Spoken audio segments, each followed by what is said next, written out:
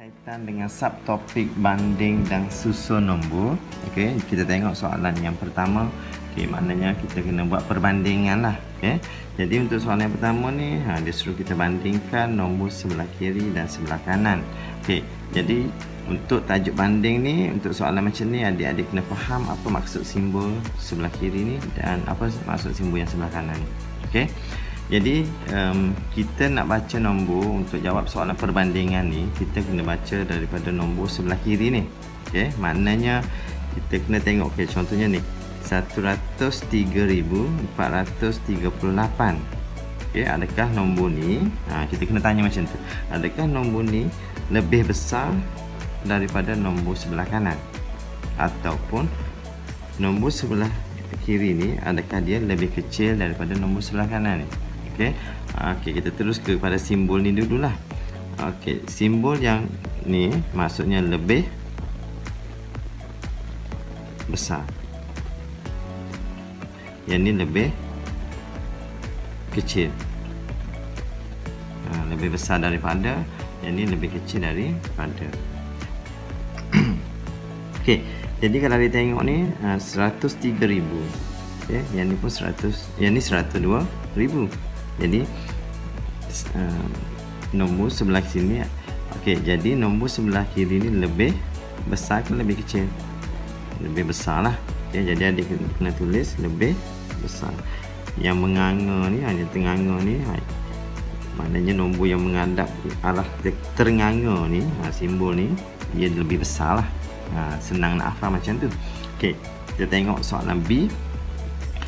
518,000. Okey, satu lagi cikgu lupa.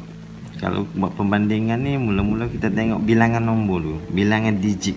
Okey, bilangan digit dalam nombor tu. Macam ni kan. 1 2 3 4 5 6. 1 2 3 4 5 6. Kalau dia sama bilangan nombor dia 6, jadi barulah kita tengok nombor daripada depan. Okey, kita buat perbandingan, tengok daripada depan. Okey, 5 sama. 1 2, jadi nombor 1 lebih kecil daripada 2. Jadi lebih kecil. Lebih kecil ni macam saya kata tadi lah, yang nganga ni, yang dia ternganga ni duduk dekat bahagian nombor yang besar. Tu cara kita nak hafal simbol. Kalau adik-adik lupa, buat macam tu lah.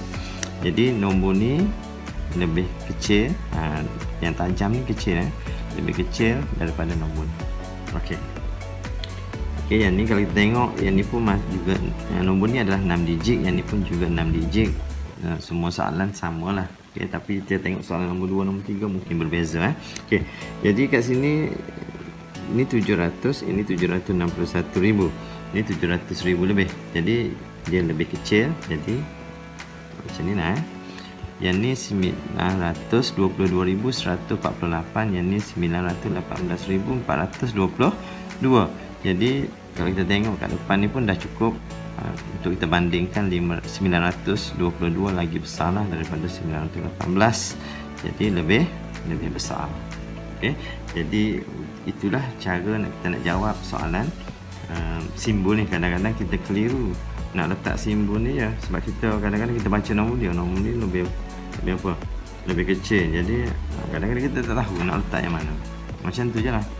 Okay, jadi adik-adik kena faham alat yang ternganga ni duduk dekat nombor yang besar. Kalau tu cara lebih senang untuk hafal. Ya. Jadi itu untuk soalan yang pertama. Kita terus ke soalan yang kedua.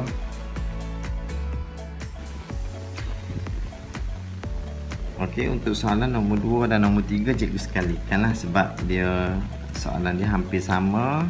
Cumanya soalan ni mengenai tertib menaik dan tertib menurun. Jadi saya sekalikan supaya adik-adik boleh nampak perbezaan dia. Okey. Jadi kalau soalan nombor 2 ni susun kumpulan nombor dalam tertib menaik. Okey. Jadi dalam peperiksaan dia mungkin bagi nombor ni bukan dalam kotak macam ni.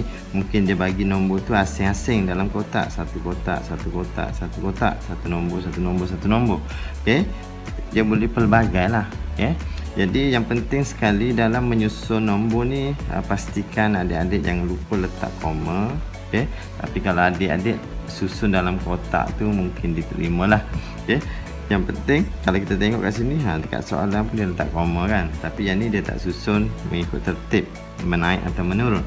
Okey, jadi kita susun ikut tertib menaik. Kata kunci garis, tertib menaik. Jadi macam soalan nombor 1 tadi, saya kata kalau kita nak buat perbandingan nombor, kita kira dulu digit dia. Okey, kalau tertib menaik ni maknanya nombor daripada kecil hingga nombor makin besar. Jadi semestinya nombor yang kecil adalah bilangan digit dia sikit lah. Jadi untuk yang ni kita kira, kita tulis ke atas dia. Okey, 1 2 3 4 5 6, tulis 6. 1 2 3 4 5 5. 1 2 3 4 5 6. Jadi secara automatik yang ni adalah yang pertama. Jadi kita potong terus tulis 9 9 9 9 9. Kalau kita tak kira, mungkin yang ni duduk belakang sekali, sebab kita tengok depan dia 9. Okey, maknanya situ dia salah satu perangkap dia lah. Okey, jadi kita dah dapat nombor yang pertama, nombor yang kedua. Kita boleh buat perbandingan daripada depan lah. Okay, sebab dia bilangan digit dia sama 6, yang ni pun 6. Kita tengok daripada depan 1 sifar, sama juga sifar 1 sifar. Okay, ingat tertib menaik kata kunci dia kata tertib menaik. Jadi cari yang kecil dulu, mana 1 ke sifar. Yang ni lah. Jadi kalau adik nak labelkan tadi nombor 1, nak labelkan lagi sekali pun tak apa, ataupun potong lah. Ini nombor 2, 1 sifar 1 2 3. Okay, 100,000 123. Dan yang terakhir semestinya yang ni lah, 101,481. Okay, boleh. Okay. Okay, soalan B. Okay, macam tadi juga, kalau kita nak kira, kita boleh kira 1 2 3 4 5 6. Okay, 6. 1 2 3 4 5 6. 1 2 3 4 5 6. 1 2 3 4 5 6. Maknanya kat sini semua digit dia sama banyak. Okay, ada 6. Jadi kita terus ke step yang kedua, kita bandingkan daripada depan. Ingat tertib menaik, depan digit yang kecil. Okey, jadi yang ni 2 1 1 2. Jadi yang kecil kat sini kita dah nampak, iaitu 1. Okey, kita abaikan dulu yang 2 ni, kita biarkan dulu. Kita fokus kepada yang 1 dulu. Okey, nombor yang kedua ataupun digit yang kedua, nombor yang kedua pula. Okay, digit yang kedua sifar, yang ni 2. Jadi sifar lagi kecil, kita ambil yang ni dulu. Kita terus tulis, ni nombor 1, ini nombor 2. 3967 2 120,843. Okey, yang ni dah buat, ni dah buat. Yang ketiga, okey, ni depan 2 sama 4 8. Jadi yang ni nombor 3, yang ni nombor 4. 2 4 3 1 5. Dan yang terakhir, cikgu ni kat bawah ni 2 8 5 sifar 8 9. Okey, tak muat ni kat bawah. Okey, untuk soalan yang ketiga, dia tanya susun kumpulan nombor dalam tertib menurun. Kalau menurun ni daripada besar ke kecil lah. Daripada nombor tu yang besar sehingga yang last kali nombor yang paling kecil. Jadi cara dia sama macam tadi, cuma kita kena ingat menurun depan dia adalah yang paling besar. Okey, jadi 1 2 3 4 5 6, ada 6. Okey, kalau tak nak tulis pun tak apa, takut kita keliru yang mana ni atas bawah kan. Jadi tak nak tulis tak apa, dalam kepala lah. Tapi kalau nak tulis tak apa, lagi bagus. Okey, 6 1 2 3 4 5 6. 1 2 3 4 5 6. Okey, semua digit tu ada 6. Jadi untuk bilangan digit tak ada masalah. Kita terus bandingkan daripada digit depan. Jari yang besar dulu lah, sebab tertib menurun. Okay, ingat benda ni dalam kepala. Sebab tu kita kena garis. Kalau kita tak garis, nanti kepala kita mungkin akan tersasar lah. Maknanya mungkin pergi tulis yang tertib menaik. Okay, soalan tanya tertib menaik, pergi jawab tertib menurun. Okay, jadi kata kunci kena garis.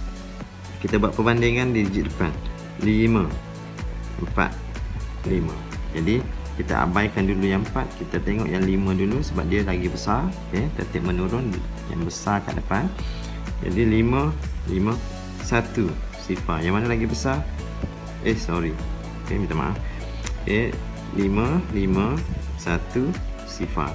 Jadi 1 lebih besar daripada sifar. Jadi yang ni dulu lah nombor 1, automatik yang ni nombor 2. Yang ni nombor 3. Kalau ada 3 senang lah. Okay, jadi 510,870, nombor 2 501,928 dan akhir sekali 418,716. Okey, soalan yang ke 3B. Yang seterusnya lah, yang terakhir untuk malam ni. Jadi soalan dia masih sama mengikut tertib menurun, dia adik-adik susun. Jadi yang mana paling besar? Kalau tengok ke sini, kalau kita kira ada 6 digit semua. Jadi yang paling besar, kalau kita tengok ke depan semuanya 7. Jadi kita abaikan dulu yang nombor depan, kita bandingkan nombor yang kedua, digit yang kedua. 5 2 2 5. Jadi 5 yang besar lah 5. Jadi sini 4, sini pun 4, sini 1, sini 4. Jadi kita ambil yang ni dulu nombor 1, terus yang ni nombor 2. Okey, 7 5 4 490, 490 sifar. 7 5 4 194. Okey, dah selesai dua ni. Yang ketiga 72, sini pun 72. 9 sama, 6 pun sama. Okey, 8, sini 1, 8 lagi besar. Jadi 729,000. Ini nombor 3, ini nombor 4. 729,688 dan akhir sekali 729,610. Okey. Ya, cikgu harap adik-adik boleh faham apa yang kita belajar pada hari ini. Jadi itu saja untuk latihan kali ini.